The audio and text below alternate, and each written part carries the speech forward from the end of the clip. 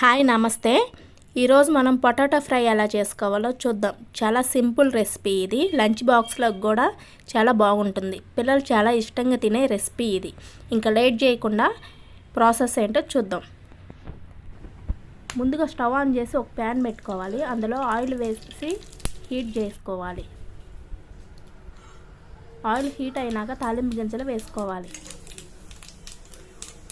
అవి ఫ్రై అయినాక ఆనియన్స్, పచ్చిమిరపకాయలు అలాగే కరివేపాకు వేసుకుని ఫ్రై చేసుకోవాలి.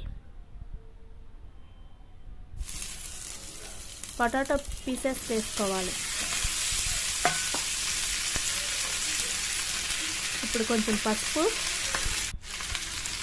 అలాగే కొంచెం సాల్ట్ వేసుకుని తిప్పుకోవాలి.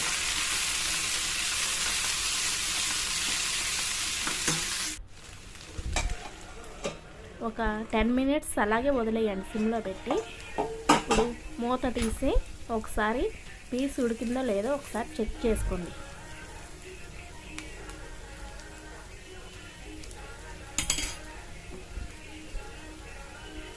పీస్ ఉడికిన తర్వాత ఒక స్పూన్ కారం యాడ్ చేసుకోవాలి. ఒకసారి తిప్పుకోండి కారం వేసుకుని.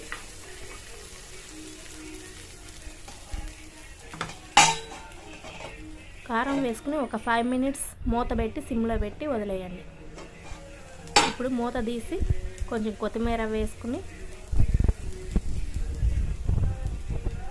స్టవ్ ఆఫ్ చేసుకోవాలి. చాలా సింపుల్గా పొటాటో ఫ్రై చాలా సింపుల్గా చేసుకోవచ్చు.